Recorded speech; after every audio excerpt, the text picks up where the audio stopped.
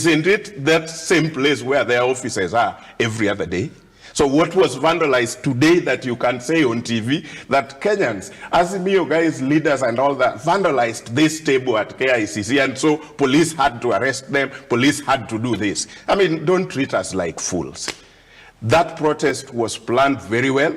It was supposed to be gathering, having a memorandum, going to deliver the memorandum to wherever the president is, because that is what Raila said. If he is in Arambe House, we would march, give our petition, and then go home. Nobody said anybody was going to throw William Ruto out and make somebody else president. Those are things that were crafted by the Itumbis of this world to make people fear, to make it look like it is a great thing. The issues on that memorandum were simple. How do you want to reduce the cost of living? Because Kenyans can't put food on the table. And on the other side, you are telling us you have brought fertilizer, give us 6 months, give us 1 year. So how can a young child in Kenya go for 6 months without food waiting for you to reduce the cost of living? Those were the issues. We didn't finish the issue of elections, although to other people it got finished because some people say the Supreme Court give their verdict. But things don't end up like that. William Ruto himself, like less than a month ago, told us, I cannot allow LGBTQ thing here. Although the Supreme Court had said what? So they have a right to form an association, yes. Meaning, according to him and his people, that thing is not finished yet. So what is wrong with Raila Odinga saying, yes, the verdict was there, but this thing is not finished? Why is it possible for other people and impossible for another person? Sikolia, just before you respond to that, because if you hear whatever Meshack is saying, it's like, well, look here, it is just a protest like any other protest that might be in the country. Now, I would like to tilt it to this perspective. Now, you would like to think that now the police have been served well, that whatever it is, the letter that they required now, come next Monday, the letter shall have sat at their presence for more than 10 days now. You like to think. Are we saying that probably now come Monday, should they want to access the CBD and do whatever it is that they wanted to do within the confines of the Constitution, that they shall be allowed? Is that the inference that we might to get from whatever it is that we're talking about here today? Well, the decision to make this an every other Monday thing happened yesterday. So I will expect them to go and now brief the police and give them and say, this is what we're going to be able to do. But then when you're coming and saying we're going to demonstrate, you have to stipulate again, why are we demonstrating, right? Within the CBD. Within the CBD. Why are you demonstrating? Because the one thing is, if any single business has to close, that means that particular business is losing. So if you're demonstrating, you've got to demonstrate in such a way that you're not causing anyone to have to close their business. You're not inconveniencing other people, I mean the business people and everything. Do your own thing, but do not inconvenience these people. For instance, whenever we have marathons, they close roads and all these things.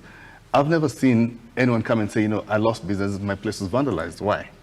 Why is it that only when you have demonstrations? Because as Kenyans, we do not understand what demonstrations are. And unfortunately, even the peaceful ones have, I remember a while back where a church demonstration, and they walked all the way from City Stadium, they were going to Nation Center. And when they go to H.E Ruto roundabout, some hooligans just, joined in and did a few things, and the church, the church people were being tear gassed. Because see, the police, how will the police come and say, okay, you are a church person, this person we need to deal with? It's not that easy, right? Now, in terms of yesterday, looking at it, and this is for me, I agree in a number of ways, because I was actually surprised when I heard that the police were saying that they had not been informed. I was actually surprised. Right? Because I thought, okay, this is something the president has talked about. So I expect that, them to have followed the law, right? But apparently, when the police said that, and I did not hear, the only thing I had, I think, the former prime minister say was, we have our rights. We can be able to do this. We don't need to tell them. And I said, no, that is not accurate. It's the same thing when he was at CID, when he went to DCI. And he said, he alluded to something, and I'll paraphrase. It was like, if they want us to show them, we can show them. No, sir. See, number one, knowing who you are and what you're capable of, you've got to be very careful about each and every word that comes out of your mouth. Mm-hmm. Because, truth be told, Raila speaking is a matter of life and death for very many people. It can cause death. So, with that knowledge, I would expect him to be able to carry that and say, look, I'm not going to do this for 1, 2, 3 reasons. I know that, during the Kibaki era, when he went and had a meeting with Kibaki. Yes. Now that is the Raila I expect to see. Mm-hmm. The Raila who says, look, it's not about me anymore. I do not want to see bloodshed. I do not want to see this in the streets. Mm-hmm. And he left his people.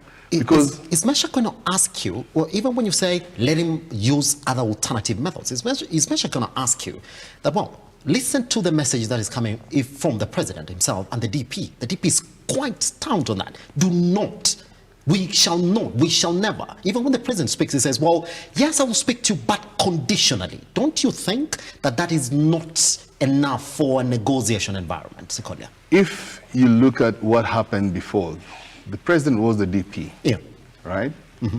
The former prime minister came in and had a discussion with the president, then, mm-hmm. right? And what happened? The DP was sidelined. Okay? The DP was sidelined. And if you look at it, a lot of people have been stating that if you look at where Kenya started going down was after the handshake. Things started to dip. So now, at this particular point, if, sitting here as probably the president then, or rather the DP then and the president now, you will be able to look back and say, what happened then? And then what happened now? Yes.